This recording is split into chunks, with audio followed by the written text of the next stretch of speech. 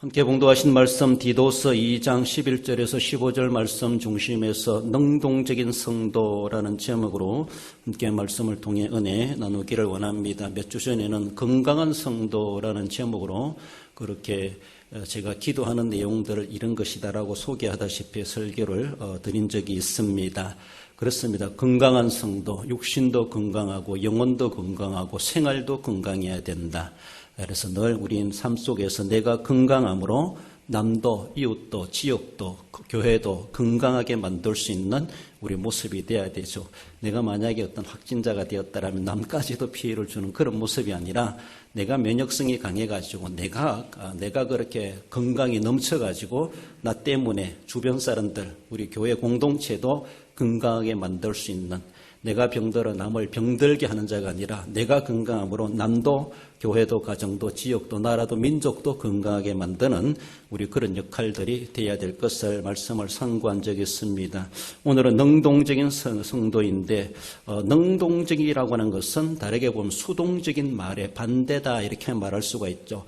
수동적이라는 것은 어쩌면은 자기 혼자 행하지 못하고 남 따라하는 것이고 같이 하는 것이고 남 하니까 하는 것이 이것이 수동적이고 또 시키니까 순종 복종하는 차원에서 하는 것이 수동적이다라고 한다면은 능동적이라는 것은 알아서 할 줄 안다 이렇게 말할 수 있습니다. 자기 혼자도 할 줄 안다, 독자적으로도 할 줄 안다.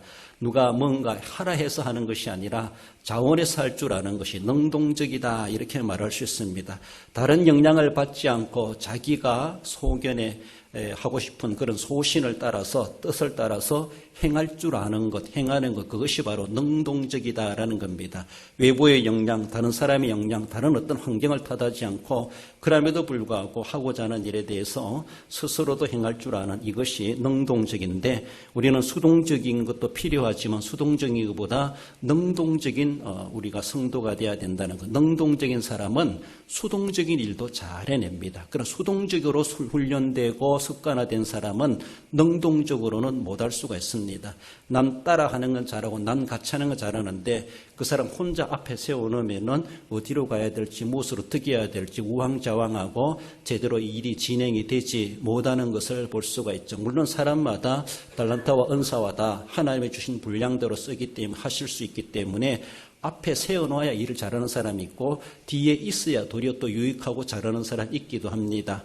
우리는 그러한 모습들도 없잖아 있지만 그러나 어쩌면은 또 지내다 보면 내가 또 앞장서야 되고 기관이 장이 될 수가 있고 또 책임자가 될 수가 있다라고 생각했을 때 자기가 그 단체를 이끌어갈 수 있는 능동적인 지도자, 그런 일꾼들이 또 될 수 있어야 됩니다. 이 세상 앞에서는 우리는 수동적으로 세상에 끌려가는 자가 아니라 교회는 능동적으로 세상을 이끌어갈 수 있는 자들이 돼야 됩니다. 그래서 신앙적이든 사회적이든 덕스러운 모습에서도 세상 앞에 우리는 능동적인 사람이 돼야 되고 능동적인 성품을, 능동적인 능력을 우리는 키워갈 수 있어야 됩니다.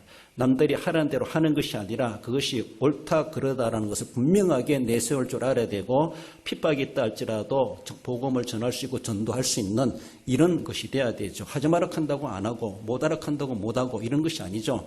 능동적인 사람은 이용과 핍박과 시험도 무릅쓰고 행할 일을 행하게 될 줄 압니다 하는 것이 바로 능동적이다라는 것을 생각하며 수동적인 것도 필요하지만 그런 능동적인 사람이 됐을 때 수동적인 사람은 저절로 될 수도 있다 이렇게 말할 수 있고 그러나 또 한편에서는 너무 능동적임에 익숙한 사람은 수동적인 것은 잘 안 하려고 그러고 또 너무 교만에 빠질 수도 있다라는 것을 우리는 늘 생각하며 아무튼 잘 겸비해 가게 되고 아무튼 오늘 본문의 말씀을 통해서는 우리가 보다 더 능동적인 그런 성도가 될 수 있으면 좋겠다라는 겁니다.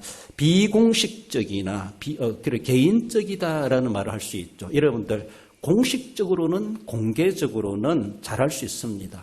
같이 하니까. 그리고 또 이미 밝혀진 내용이니까 그리고 공식적으로 맡겨진 것이니 그러나 비공식적으로 한다고 하는 것 이거는 아주 개인적으로 하는 것이고 사적으로 행하는 것이다. 그리고 더 나아가서는 엄밀하게 하는 것이다. 이렇게 말할 수 있습니다. 그렇습니다. 그러므로 능동적인 사람은 비공식적인 일에도 공식적인 일같이 그렇게 할 줄 알기도 합니다. 단체적인 공동체적인 일에도 잘하지만은 개인적이고 사적인 일에도 그만한 실력과 능력과 그만한 자신의 것을 투자해가며 헌신할 줄 아는 그런 능동적인 사람이다라는 겁니다. 여러분들 평범하게 살면은 평범한 사람밖에 안 되지만은 그러나 평범보다 좀 더 플러스 알파라 그러죠. 그 이상의 것을 추구해 갔을 때 내가 그 이상을 추구한 만큼 남보다 뛰어날 수 있습니다. 남같이 똑같이 되려고 그러면 그냥 남같이 하면 됩니다. 그러나 남들보다 더 낫다라고 말을 들으려고 그러면은 남들 안 하는 그 이상을 할 수 있어야 되죠. 그것이 바로 개인적이고 그것이 바로 비공식적이고 그것이 바로 사적입니다. 여기에 대해서 그 사람과 나와의 차이가 날 수 있습니다. 신앙 성장도 마찬가지예요. 우리 개인의 인격 그리고 세상적인 지식도 마찬가지예요.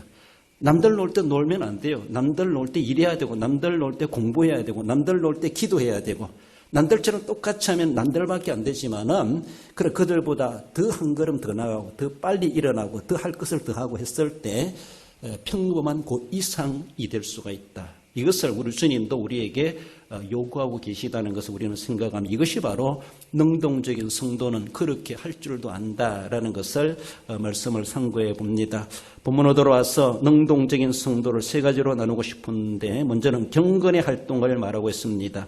12절에 우리를 양육하시되 경건하지 않은 것과 이 세상 정욕을 다 버리고 신중함과 의로움과 경건함으로 이 세상에 살고 여러분들 공집회나 전체적인 신앙활동 그 이상의 경건의 활동이다라고 말할 수 있습니다. 물론 이 공예배도 공예배답지 않게 제대로 지키지 못하는 사람들 참 많습니다. 공예배 다 같이 하는 것에도 다 같이 하는 것에만큼 100% 참석하지 못하니까 평범한 수준도 못되게 살아가는 그런 사람도 참 많습니다. 그렇지 않습니까? 우리가 맡겨놓은 것 다 할 수 있습니까? 맡겨놓은 것도 다 뭐합니다. 그런데 우리 주님 우리에게 요구하시는 것은 내가 맡기지 않은 것들은 할 줄 알아야 된다. 공개적으로 공식적으로 공동체가 하지 않는 것이라 할지라도 그 이상도 너는 할 수 있어야 된다. 이것이 능동적인 성도가 할 수 있는 것을 말씀합니다. 그러니까 공예배 그리고 전체적으로 하는 그 이상의 것 그래서 남들보다 더 신앙이 나중된 자가 먼저 될 수가 있고 신앙이 성장한다, 믿음이 크다. 그리고 밖에 나가서 사람들에게 사람 많이 변했네 이런 소리 들을 수 있다고 하는 것은 남만큼 해서는 안 된다는 것이죠. 남들보다 뭔가 더 해야지 그렇게 들을 수가 있다고 하는 것. 세상에서도 그렇지 않습니까? 정말로 죽을 고생을 하며 그러면서도 밤낮 가리지 않고 열심히 공부하고 노력하고 일하는 사람이 다른 사람보다 빠르게 성장할 수가 있는 것을 볼 수 있습니다. 디모데전서 4장 15절에서도 이 모든 일에 전심전력하여 내 성숙함을 이 모든 사람에게 나타나게 하라. 강조하고 싶은 것은 전심전력을 무엇을 하고 있는가?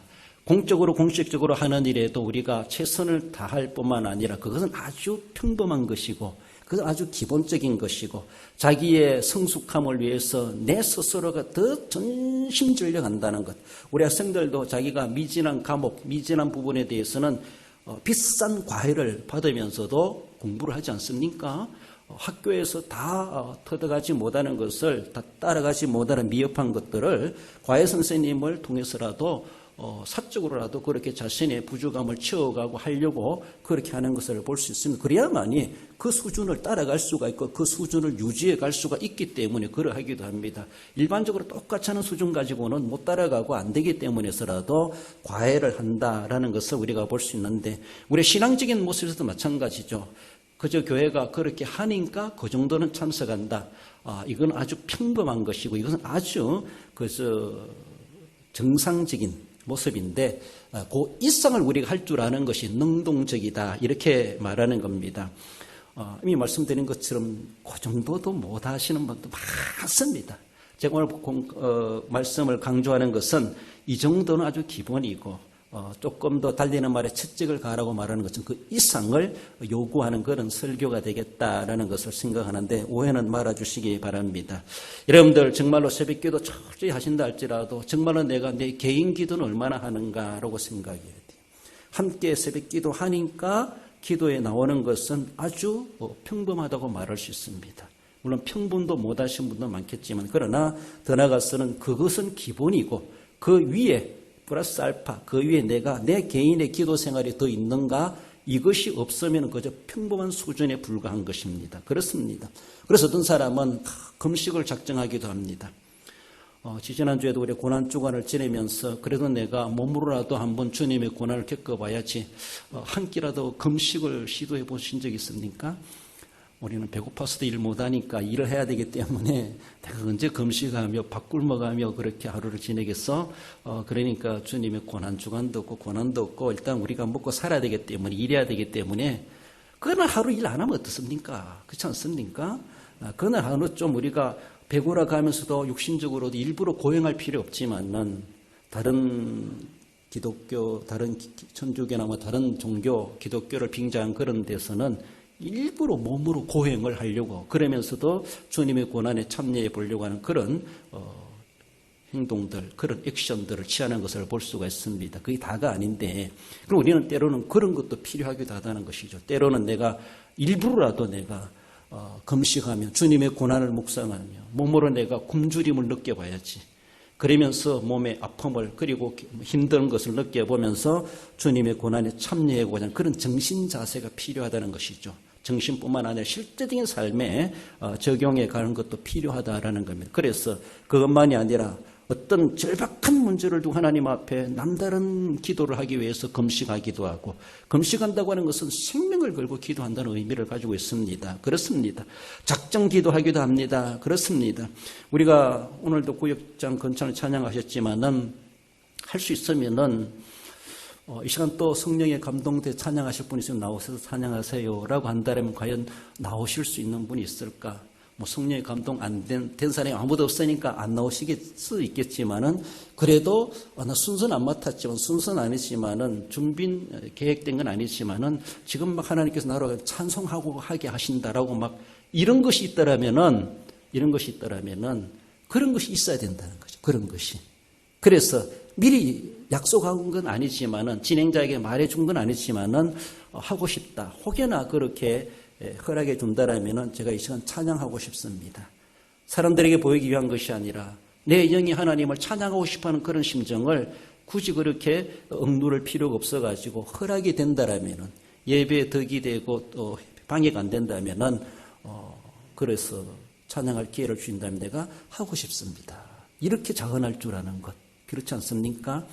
기도를 하더라도 기도 순서자가 따로 없고 혹여나 이 시간 성령에 감동되시는 분 기도해 주십시오라고 한다면은 그 감동이라는 것이 성령의 감동이기보다 내가 장로인데 내가 권사니까 기도해야지 이런 억눌림 성령의 감동보다 그렇죠. 그것도 하나의 성령의 감동의 또 한편의 모습이겠지만은 정말로 기도하고 싶은 기도가 막 나오게 되는 그래서 기도할 기회를 자유롭게 드렸을 때에 대표기도자로 하라고 했을 때에 할 수 있는 이것이 그 순간에 성령이 내게 하여금 입을 벌려 찬양하게 하고 기도하게 하는 것. 능동적인 사람은 그 능동적인 성령의 감격과 느낌을 그것을 늘 가지고 있다는 것이죠. 언제라도 딱 터뜨리면 터질 수 있는 언제라도 준비된 심정 그렇습니다. 그러니까 오늘 예배 순서 보면 내 이름은 하나도 없으니까 난 그냥 눈만 감고 찬송만 하고 노래만 불러주면 되지 이런 것이 아니라는 것이죠. 순서 있는 사람은 긴장할 거예요. 그렇잖아요. 내 순서가 다가온다. 내가 해야 되는데 두근거리기도 하고 떨리기도 하고 잘 해야 되는데 이런 생각이 들고 그러나 이름이 없는 사람은 별로 책임감도 없다 보니까 수동적입니다. 그런 모습에서 능동과 수동은 신앙생활에 엄청난 결과에 차이가 난다는 것을 알아야 될 것입니다. 성경 읽으래서 성경 읽기보다 내 스스로가 영성을 위해서 성경을 읽는 것을 늘 하고 성경 쓰기를 하고 성경을 듣기를 하고 또 성경을 애우기를 하고 자기의 경건 활동을 해가는 경건을 활동하시라는 것이죠. 그렇습니다. 성령의 감동을 느끼며 성령의 감동에 따라서 득스럽게 할 줄 아는 것. 거기 좀 득이 안 되면은 절제하고 아니어야 되겠지만은 그리고 또 득이 될까 안 될까 물어보고 할 수도 있겠지만은 무조건 감동된다고 막 아무 순서도 없고 계획도 없는데 막 돌출적으로 나서가지고 하는 것은 도리어 그것은 득이 안 될 수도 있습니다. 성령은 우리를 득스러운 것을 좋아하십니다. 질서를 원하시고 그래서 질서와 덕을 무너뜨리지 않는 가운데서 순간적인 성령의 감동이 있다라면 얼마든지 그것이 용납이 된다라면 그것을 우리가 시행할 수도 있는 그 경건의 활동이 우리에게 필요하다라는 겁니다. 자신이나 사람을 의식하기보다 성령님을 의식할 줄 아는 사람, 자신을 의식하는 사람은 많아요. 자신을 의식하는 사람, 그리고 남을 의식하는 사람이 많아요. 한마디로 인간을 의식하는 것에 억누리다 보니까 성령이 내게 감동 주시는 것을 의식하지 못하고 그것을 아주 소멸해버리는 그런 모습들이 얼마나 많은가. 앞서간 믿음의 사람들은 성령께서 역사하시는 것을 결코 그들은 멸시하거나 그런다는 것이 얼마나 두려운 행위인가를 그들은 우리에게 보여주지 않습니까? 발람 선지자도 그렇게 말하지 않습니까? 민수기 23장 12절에 발람이 대답하여 이르되 여호와께서 내 입에 주신 말씀을 내가 어찌 말하지 아니할 수 있으리이까? 물질에 매수되어 갔던 이 발람, 모압 왕 발락에게 그를 내가 많은 물질을 돈을 줄 테니까 여기 와서 저 이스라엘 백성, 광야 이스라엘 백성들이 저주 좀 해라. 당신이 저주하면 저주가 임할 줄 안다. 아주 유명한 선지자로 소문난 발람. 그래서 거기 가가지고 많은 은금 보화를 준다 그러니까 낙이 타고 가지 않습니까? 그런 하나님께서 발람에게 경고하지 않습니까? 너는 내가 하라는 말만 해라. 그래서 그렇게 물질에 매수된 발람 선지자도 가서 이스라엘 백성을 보고 저주는 못합니다. 하나님이 내 입에 말을 주시는 것을 내가 어찌 말하지 않을 수 있으랴. 모압 왕 발락이 들을 때 난 당신 저주하라고 돈 주고 데리고 왔는데 왜 저주는 안 하고 축복만 하느냐. 그때 발람이 하는 말이 나는 아무리 저주하고 싶어도 저주 못한다. 왜? 하나님이 두려워서도. 하나님이 내 입에 그들에게 축복하는 말을 하라고 하시는데 내가 어찌 말하지 않을 수가 있느냐. 돈으로 매수된 선지자도 그렇게 할 줄 압니다. 그런 걸 할 줄 압니다. 성령이 내게 자꾸 그 말을 하라고 하는 걸 안 할 수가 없다는 것이죠. 은금 보아라 내가 안 받고 문제가 아니라 도리어 발람 왕한테 죽임을 당할 수도 있어요. 잘못하면 발람 선지자가. 그럼에도 불구하고 그런 물질에 나약한 선지자임에도 불구하고 여호와께서 내 입에 주신 말씀을 내가 어찌 말하지 아니할 수 있으리까? 라고 하며 우리로 보면 성령께서 계속 강권적으로 내게 그 말을 하라고 하시는 거예요. 하면 내가 불리함에도 불구하고 이것이 능동적이죠. 사람을 의식하기보다 왕을 의식하기보다 자신의 목숨을 의식하기보다 하나님을 의식할 줄 아는 물질에 매수된 선지자도 그 정도는 할 줄 압니다. 사도행전 4장 20절에 보면 우리는 보고 들은 것을 말하지 아니할 수 없다 하니 사도들을 잡아두고 윽박하면서 네 예수님의 이름으로 말하지 마라. 예수님이 그리스도다 부활했다 말하지 마라. 협박을 하고 오게 가도 해도 사도들은 우리는 보고 들은 것을 말하지 아니할 수 없다 라고 하면 아주 당당하게 우리 예레미야 20장 9절 읽어봅시다. 내가 다시는 여호와를 선포하지 아니하며 그의 이름으로 말하지 아니하리라 하면 나의 마음이 불붙는 것 같아서 골수에 사무치니 답답하여 견딜 수 없나이다. 할렐루야. 그렇습니다. 예레미야도 온갖 협박을 받지 않습니까? 물 없는 구덩이에 던짐을 당하고 감옥에 갇히기도 하고 그 소리 한다고 해서 이러다가 유다는 망합니다. 이러다가는 망합니다. 그렇게 외쳐도 듣지 않습니다. 그래서 여호와를 선포하지 아니하며 그 이름으로 말하지 말라고 하는데 말 안 하면은 안 할 수가 없다는 것이죠. 내 마음이 불붙는 것 같아서 골수에 사무치니 당신이 칼로 나를 찌르는 것보다 하나님의 말씀의 칼이 나를 찌르는 것이 얼마나 더 아픈지 그걸 느낄 줄 아는 사람이죠. 그렇습니다. 그러니까 사람 의식하기보다 권력을 의식하기보다 하나님을 의식할 줄 아는 것. 자기네 성격이 그래서 사람들이 이렇게 어떻게 생각할까? 우리는 그렇게 의식을 많이 합니다. 세상 나가서는 그런 의식할 필요도 있습니다. 교회에서도 때로는 필요하기도 하겠지만은 그러나 이것이 하나님이 강권적으로 역사하시는 것이다라고 하면은 위험을 무릅쓰고라도 할 말을 할 줄 알아야 되고 해야 될 것을 할 줄 아는 것 이것이 우리에게 필요하지 않는가라는 겁니다. 여러분은 성령께서 우리로 자꾸 능동적으로 움직이도록 그렇게 역사하신다면은 마귀 사탄은 계속해서 우리를 수동적으로 만든다고 생각할 수 있어요. 자꾸 우리를 의기소침하게 만들고 자꾸 환경과 자신과 자연을 핑계 삼게 만듭니다. 그래서 성령은 능동적으로 하게 하는 것을 능동적으로 마귀는 계속 못하도록 실제적인 근거를 가지고 우리를 꼬드기고 있다는 것을 우리는 알아야 됩니다. 우리가 2, 3년 동안 코로나로 인하여서 여러 가지 모습들이 신앙생활도 간편화되어지고 생략되어지고 중단되어지고 이제부터 코로나 끝났으니 구역예배 드립시다라고 하면은 아무도 동의 안 할 것 같기도 해요. 그렇잖아요. 안 하니까 참 편했고, 정심 안 해보니까 편했고, 찬양대 안 하니까 편했고, 아무튼 편하고 예배 일찍 더 마치는 것 같고, 그렇다고 제가 예배 일찍 마쳐 드린 것도 아닌데, 중단된 것을 다시 시작한다는 것이 이제는 도리어 버겁습니다. 그렇잖아요. 뭔가 자꾸 없어지게 만들어요. 우리 기독교 신앙 전통 문화도 자꾸 소실되게 만들고 없어지게 만들고, 뭐 그렇게 거추장스럽게 그런 것도 하냐고. 그래서 저는 저 소신은 우리가 우리 것을 지키지 않으면 누가 지켜주겠는가. 저는 그런 생각이 들어요. 좋은 전통, 좋은 미풍양속, 신앙적인 풍습은 우리가 지켜갈 수 있고 도리어 그것을 사람들에게 알리고 보고할 필요가 있습니다. 단순한 예수를 믿어 구원받는다 이것만이 아니라 그 생활 기반이 되어야 되죠. 그렇잖아요. 그러니까 내 밭만 잘 갖고 노는 것이 아니라 이웃밭에 벌레가 많고 이웃밭에 병충해 되면 내 밭까지도 전염돼 버려요. 그 문화가 그런 역할이에요. 그래서 내 곡식이 잘 자도록 하기 위해서는 이 문화 형성이 되어졌을 때 사회적으로 보편적인 기독교 성탄 문화, 부활절 문화가 됐을 때 사람들은 그걸 이해해 주는 거예요. 그리고 없는데 우리가 하려고 하면은 사람들은 저 사람들은 뭐 하는 것이냐? 도리 이상하게 여기고 차별적인 그런 모습을 가진다라는 겁니다.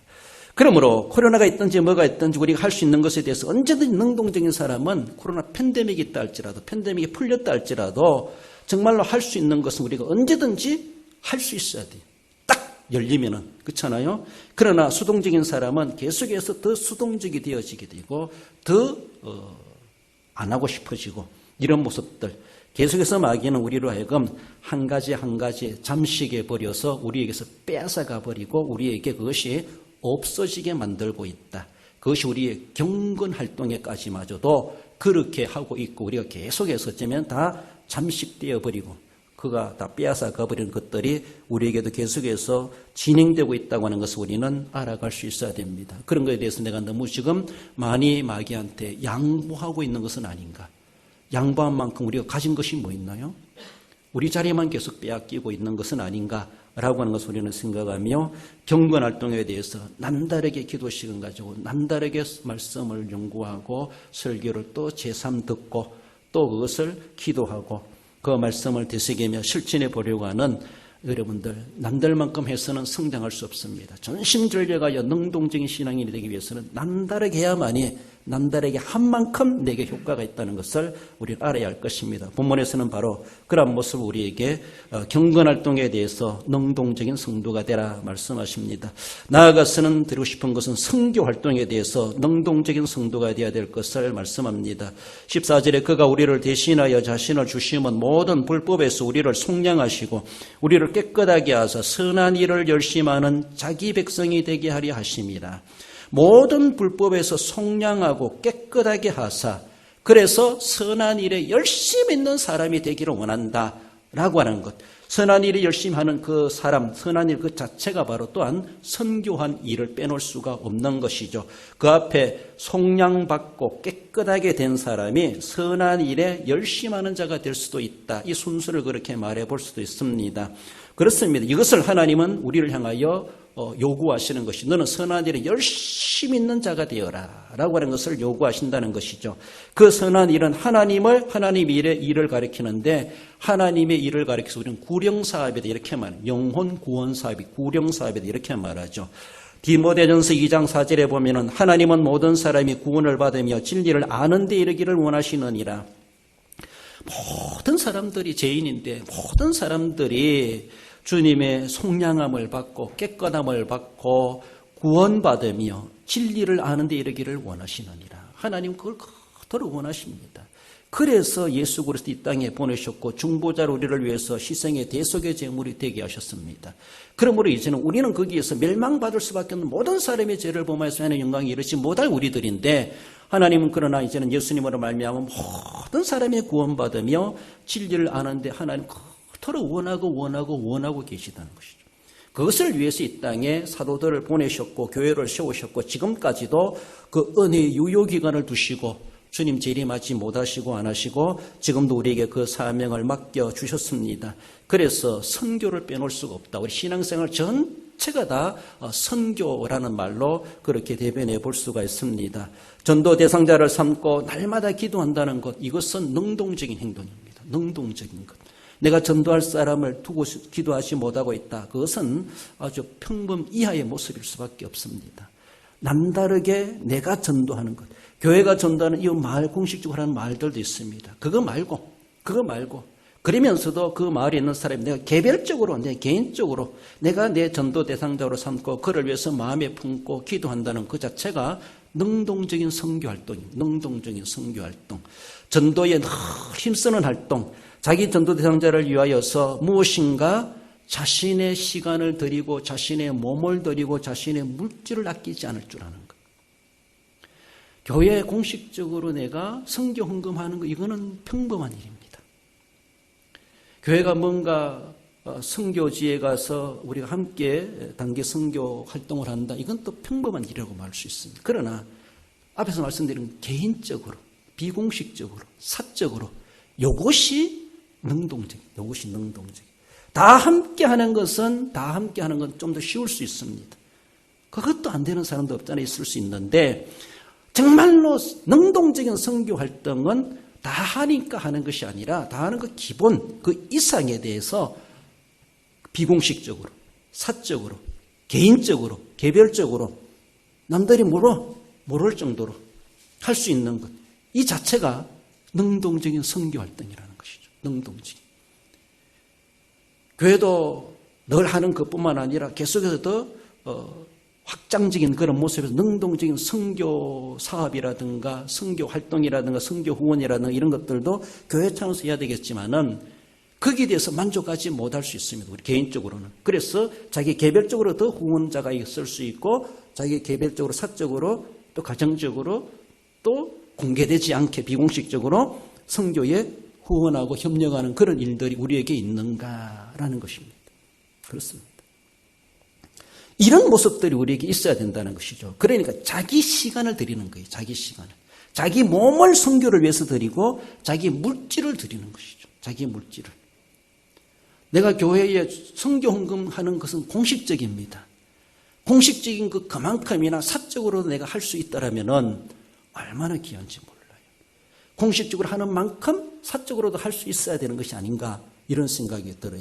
그것이 남다른 거예요. 그게 남다른 거예요. 그게 능동적인 행동입니다. 능동적인 선교의 분량이라고 말할 수 있습니다. 수동적으로는 얼마든지 다 할 수 있다고 볼 수가 있고 그런 모습에 우리가 더 적극적으로 할 수 있어야 되겠지만 그러나 내가 개별적으로도 정말로 공개적으로 하지 않는다 할지라도 선교사님들은 사도 바울 자비량 선교한다.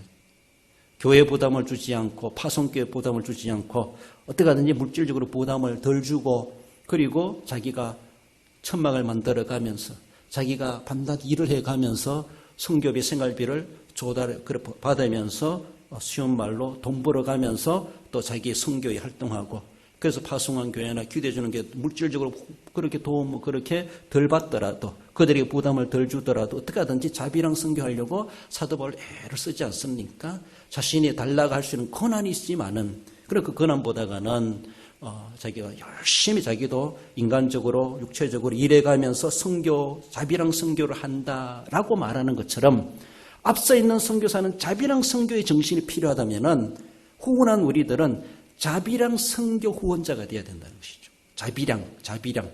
공식적으로 하는 건 기본이고 선교사님도 자기가 몸으로 한 선교 생활에 필요한 것들을 자기 스스로 그렇게 생산해내고 하려고 하는 것처럼 우리가 나는 자비랑 후원이 못하고 있는가? 교회 공식적으로 헌금하는 그 외에도 자비랑으로도 후원할 수 있는 그런 모습이 바로 그것이 능동적이라는 것이죠. 수동적으로 하는 것이 아니라 능동적인 선교 활동 이것이 우리에게 필요하다라는 겁니다. 남들 안 하는데 내가 왜 해? 그런 생각하는 사람은 죄송하면 죽어도 깨나도 능동적인 사람이 될 수가 없습니다. 남들 안 하더라도 성령의 나로 하여금 그렇게 하게 만드는 것이죠. 감동 주시는 것은 안 할 수가 없습니다. 안 할 수가 없어요. 수동적인 것은 기본이겠지만 그러나 능동적인 일까지도 행할 줄 아는 것 이런 성도가 하나님의 교회에 필요하다는 것이죠. 이런 이들로 인하여서 하나님의 교회는 더욱더 확장되어져 가고 하나님은 영광 받으신다는 것이죠. 하나님에게 남다른 은혜와 복을 받을 수 있는 행위라고 하는 것을 볼 수가 있습니다. 빌립보서 4장 18절에서도 에바브로 디도편에 너희가 준 것을 받음으로 내가 풍족하니 이는 받으실 만한 향기로운 제물이요 하나님을 기쁘시게 한 것이라. 빌립보 교회가 사도 바울에게 선교를 후원하는데 남다르게 했습니다. 어떤 은혜와 고마움이 있어서 그런지 모르지만은 아무튼 선교지 선교사님에게는 모든 것이 부족하죠. 불편하고 그렇잖아요. 아무리 저도 밑바닥에 물 붓기식이라고 선교사님들에게는 모든 것이 부족합니다. 뭔가 후원을 많이 준다고 해서 선교사님 배부르게 그래 사나요? 안 해요. 선교지에 열악한 환경 가운데 살아가는 현지인들에게 다 나눠주지 않습니까? 그거 하룻밤 사이에 다 없어져 버릴 것들이에요. 그러니까 선교사님에게는 끝이 없습니다. 그런 모습에서 빌립보 교회 계속해서 선교지 형편을 알기 때문에 사도 바울의 선교지에 계속 그렇게 보내고 에바브로 사람을 보내서 또 그래도 인편으로도 도와주기도 하고 물질적으로 도와준 것을 그렇게 풍족하다 이렇게 말합니다. 얼마나 고맙게 여기는지. 그리고 받으실 만한 향기로운 제물이요 그건 하나님이 기뻐하시는 일이다 그렇게 말합니다. 다른 교회 안에도 그 교회는 그렇게 남다르게 사도 바울의 선교의 사역에 동참해 갔던 그런 모습. 이것이 바로 빌립보 교회의 능동적인 활동이죠. 능동적인 선교 활동이죠. 이런 자세가 우리에게 필요하다는 겁니다. 우리가 1년을 지내가면서 또 우리가 신앙생활을 하면서 정말 내가 자비량 선교하는 것이 얼마나 있는가. 내가 비공식적으로 내가 사적으로 개별적으로 개인적으로 엄밀하게 하는 것은 선교적인 모습에서 시간이 얼마나 그러고 내 몸으로 얼마나 그렇게 헌신하고 있고 내가 물질적으로 얼마나 그렇게 하고 있는가를 생각해 봐야 돼요.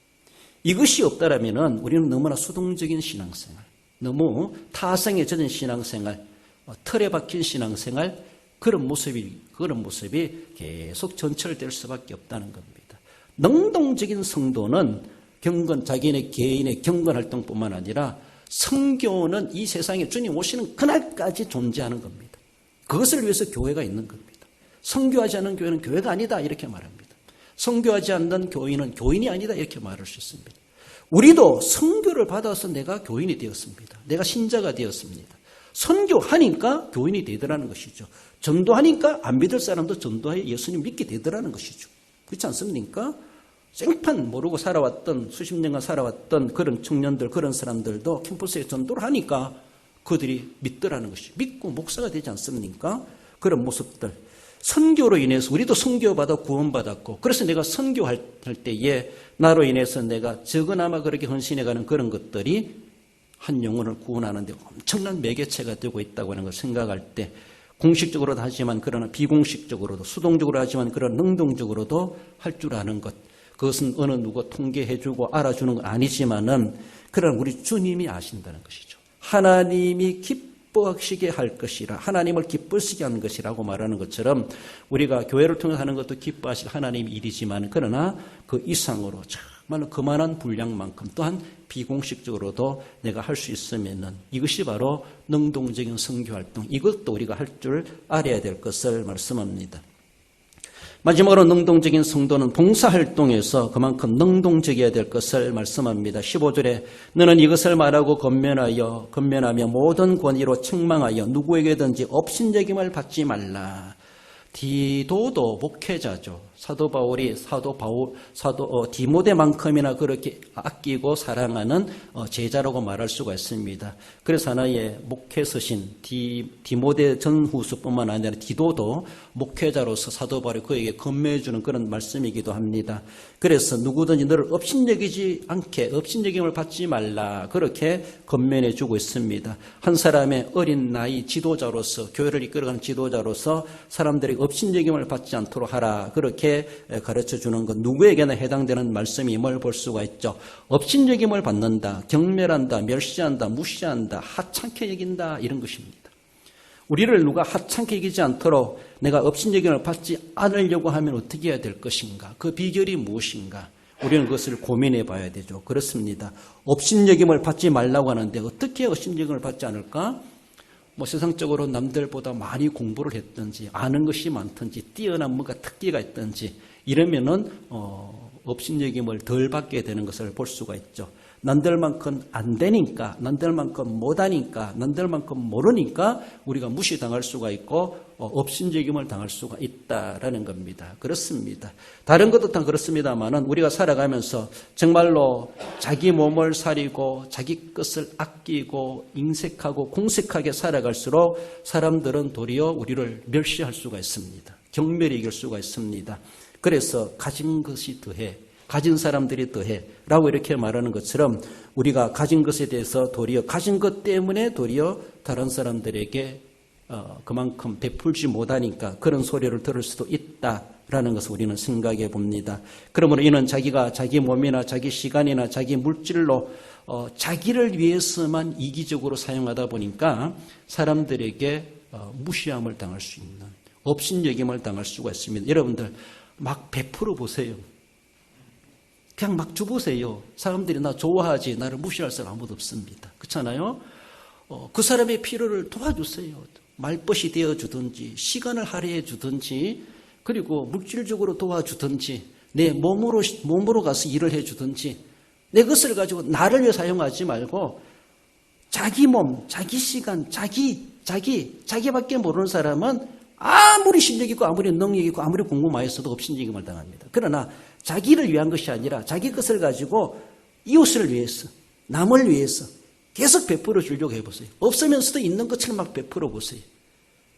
뭔가 그들에게 도움이 되기 위해서, 남을 위해서 계속 쉼을 퍼줘 보세요. 사람들 결코 나를 무시하지 않습니다. 업신여김을 받지 않는 중요한 비결 중에 하나는 나를 위해서 쓰지 말고 남을 위해서 써보라는 거예요. 그 사람에게 필요한 것들을 해주라는 것이죠. 같이 시간을 내어주고 같이 일을 해주고 같이 대화 상대를 해주고 같이 친해주고 그렇잖아요. 상대방에 필요한 것들을 물질이 필요한 물질도 아낌없이 나눠줄 수 있는 이런 모습들, 시간을 같이 해준다든가 같이 놀아준다든가 같이 여행을 한다든가 같이 대화 상대가 해준다든가 나를 위한 것이 아니라 나도 시간이 아깝고 나도 바쁘고 하지만 그러나 상대방을 위해서 내가 할 수 있는 것을 베풀어 보세요. 베풀었을 때에 사람들이 나를 남다르게 보아줍니다. 그렇습니다.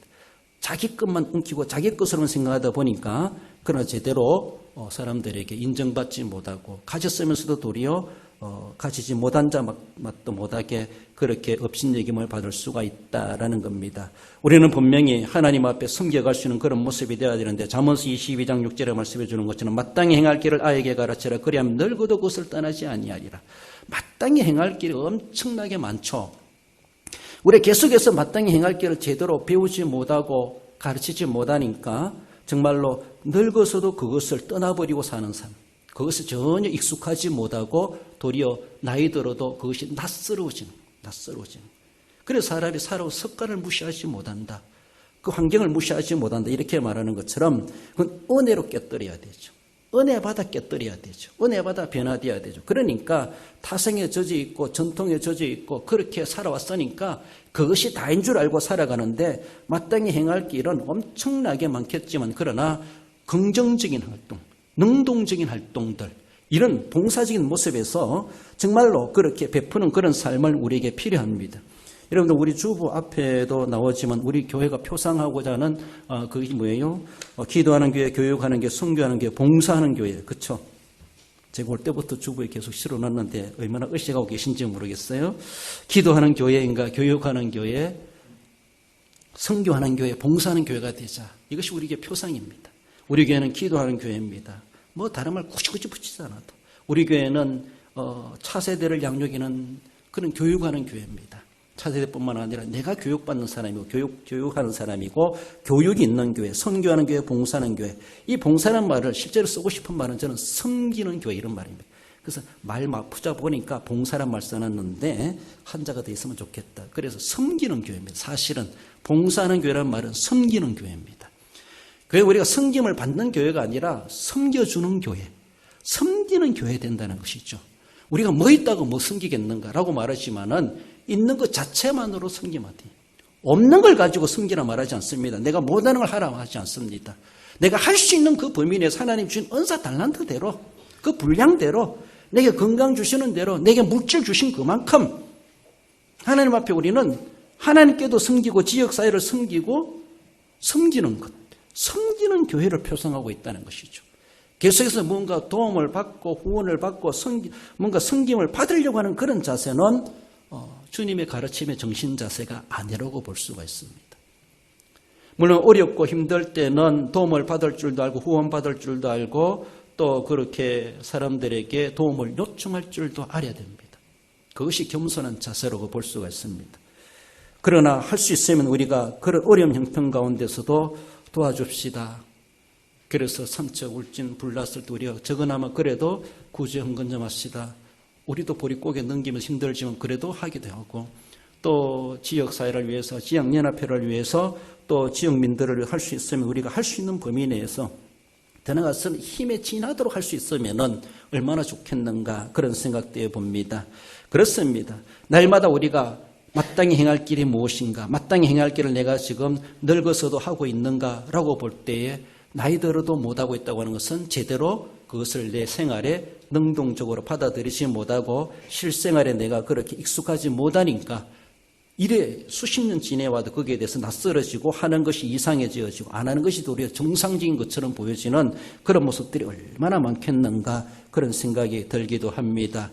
그렇습니다. 정말로 공적인 것은 물론이겠지만 비공식적으로 사적으로 섬기는 것을 우리는 정말로 그렇게 할 줄도 아는 것이 성숙한 사람이요 능동적인 성도이다라는 것입니다. 저도 우리 교인들을 위해서 늘 기도하고 또 말씀과 목양한다라는 그런 위치에서 바라볼 때 저도 너무나 마음이 여리고 약하다 보니까 강한 소리를 못하고 좀 엄한 소리를 못하고 할 말을 다 못합니다.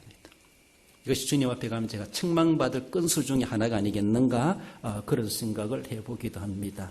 어떤 분은 좀 강하게 하세요라고 하는데 제가 못하고 있어요. 뭐 강하게 얼마나 여리신 분들 상처받으면 어떡하지? 차라리 내가 하지 뭐 이런 식으로 차라리 내가 하지. 이게 제가 더 속 편한 그런 마음인데 그렇습니다. 여러분 교회를 섬기면서도 참 안타까운 것이 내가 교육을 잘못하고 있구나. 내가 제대로 목양을 못하고 있는 그런 부분 중에 한 부분이 이런 부분이구나 그런 생각이 들어요. 교회 예산돼 있으니까 그거 써야 되지. 뭐 교회 돈 가지고는 잘합니다. 노회나 총회나 시찰에도 마찬가지. 그거 어떻게 뺏으려고 호시탐탐 노리는 사람처럼 쓰는 사람이 주인인 것처럼 그 책정지 해놨으니까 그 돈 써야 되지. 공적인 재정을 가지고 공적으로 쓰는 것은 필요합니다. 해야 됩니다. 하지만은 성령에 감동된 사람은 성령 감동 그래서 그런 부분에 감동이 오는 사람은 그거 있지만 제가 할게요. 헌신하는 사람이 있습니다. 자원하는 사람이 있어요. 돈 없어서 그 돈 못 쓰는 게 아니에요. 있어요. 교회도 돈 넘쳐나요. 있어도 그 제가 하고 싶습니다. 하고 싶은 사람이 있어요. 하고 싶어 하는 사람이 있어요. 이런 사람이 능동적이에요. 없으니까도 해주려고 하는 사람이 있는가 하면은 있음에도 불구하고 그거 다른 데 써야 되지요. 다른 데 쓰면 그렇게 할 수 있어요. 그런 그 생각보다는 있고 그건 문제가 아니라 예산 잡히 있고 문제가 아니라 하고 싶어 하는 사람이 있어요. 하고 싶은 사람이. 그것이 능동적입니다. 여기 있는 거 쓰는 것 아무 이상 없습니다. 그래, 그건 수동적입니다. 그 능동적인 사람은 그렇잖아요.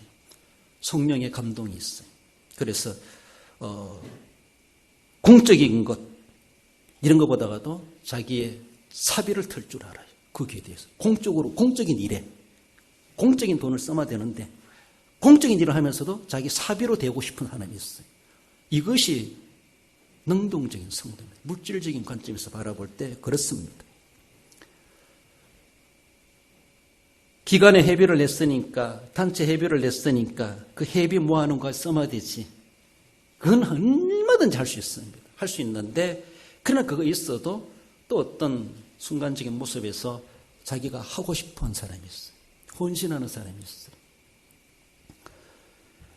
개인 후원자가 있을 수가 있다는 겁니다. 그런 것들이 참 필요해요. 저도 그렇게 안 해봤는데 어느 목사님이 그러더라고요.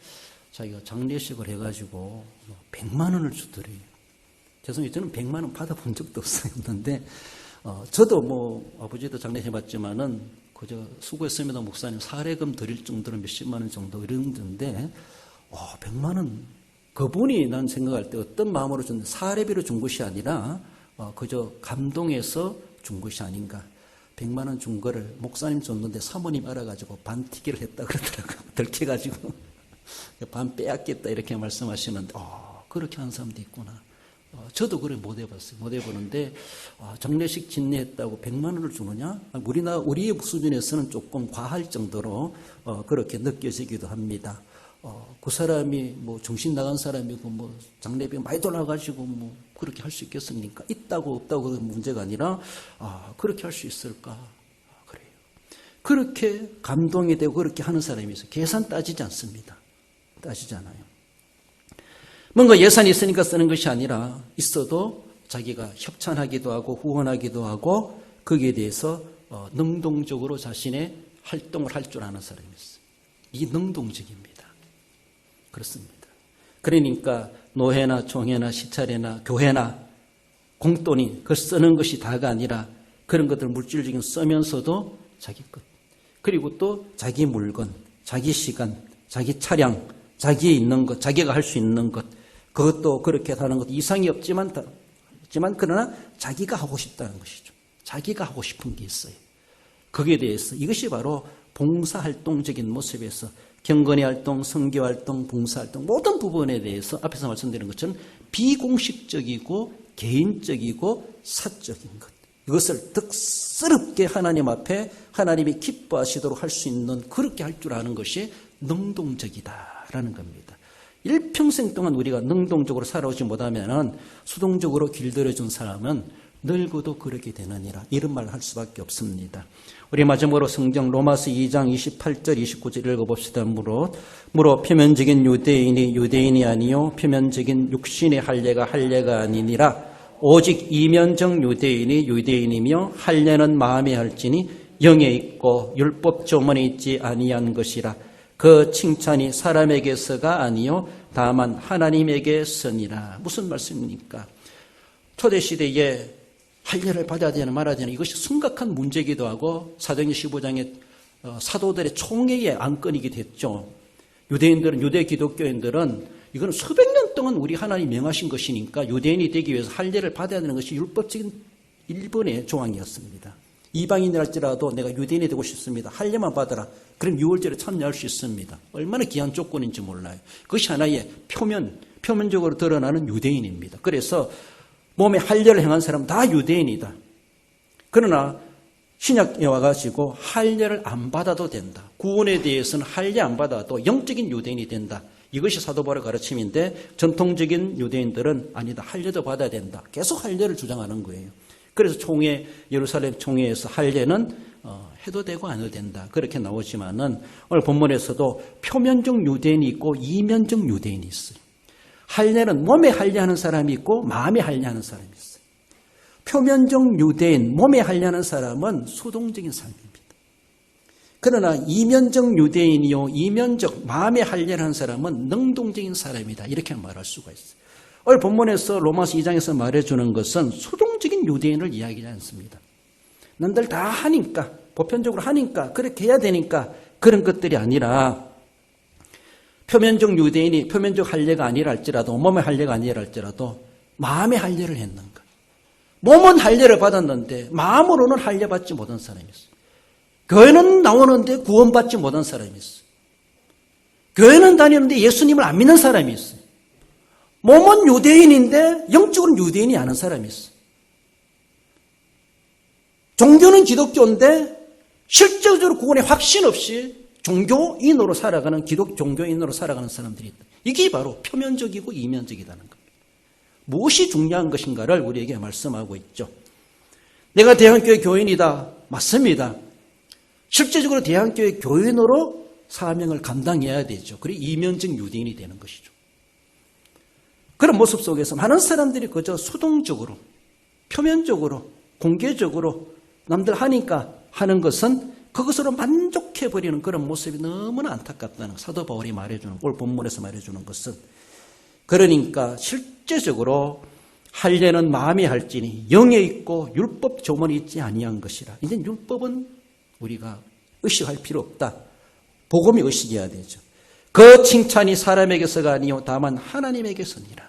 하나님께 칭찬받는 사람은 수동적인 성도이기보다 능동적인 성도이다. 이렇게도 오늘 본문의 주제를 가지고 말해볼 수가 있습니다. 이런 모습 속에서 우리의 삶이 정말로 교회를 섬기고 이웃을 섬기고 또 자신의 경건의 생활과 지역사회와 세계 복음화를 위해 섬겨가는 일에 우리가 정말로 능동적인 그런 사람으로 우리 주님께 칭찬받는 우리의 모습이 되어야 할 것입니다. 결론적으로 읽어봅시다. 형식 및 고착화된 신앙생활이 아닌 자발적인 경건활동과 선교 및 봉사활동을 통하여 영적으로 더 성숙하고 건강하게 되어 능동적인 교회로 세워가는 능동적인 성도가 됩니다. 그렇습니다. 우리 하나님 앞에 내가 너무 수동적으로 살아온 것이 아닌가. 그것만큼도 아주 평범한 모습이고 감사할 모습이고 그렇게 은혜이기도 하지만 그러나 우리 주님 앞에 좀 더 우리가 주님이 요구하시는 것을 영적인 욕구를 가진다면은 한 걸음 더 남다르게 경건의 활동과 선교 활동과 봉사 활동 즉 능동적인 성도로 하나님 앞에 정말로 칭찬받기 합당한 하늘의 상급을 남다르게 받기 합당한 우리 성도 여러분들 되시기를 주님의 이름으로 축원드립니다. 기도하십시다. 우리 하나님 아버지 은혜를 감사드립니다. 우리 하나님 우리가 타성에 젖어 살아올 때가 많고 아무런 감격 감동 없이도 그저 종교인으로 살아갈까 두렵사오니 우리 하나님 저희들을 깨우쳐 주옵소서. 가는 길을 잠시라도 멈추고 우리 자신들을 돌아볼 수 있게 하시고 진짜 가는 길이 올바른 진리의 길인지 복음의 길인지 주님이 기뻐하실 일인지 칭찬받을 길인가를 우리가 바르게 확인할 수 있는 저희들 되게 해 주옵소서. 하나님 아버지 오랜 세월 동안 살아가면서 도리어 주님 앞에 마땅히 행할 길을 가지 못하고 그저 빗나가고 곁길로 그것이 옳은 줄 알고 살아갈 때가 많았지 않았나 돌아봅니다. 우리 하나님 저희들을 깨우쳐 주시고 진정고 하나님께로부터 받은 그 모든 은혜의 전인적인 모습들을 주님 나라 위에서 아름답게 베풀며 섬겨갈 수 있는 또한 능동적으로 하나님의 교회를 세워갈 수 있는 저희들 되게 해 주옵소서. 그래서 주님 앞에 섰을 때 남다른 칭찬받는 우리 대양의 모든 성도들 되게 하시고 하늘의 상급을 다 썰어받을 수 있는 우리 모든 성도들 될 수 있도록 우리 하나님 역사해 주옵소서. 힘들고 어려운 시대를 살아갑니다. 한 주간도 주님의 품 안에 품어주시고 주님의 장중에 지켜주시고 주님의 보혈로 저희들을 안전하게 감싸셔서 한 주간도 안심하며 살아가는 귀한 날들 되도록 우리 하나님 동행하여 주시기를 원하오며 거룩하신 예수님의 이름으로 기도드리옵나이다. 아멘.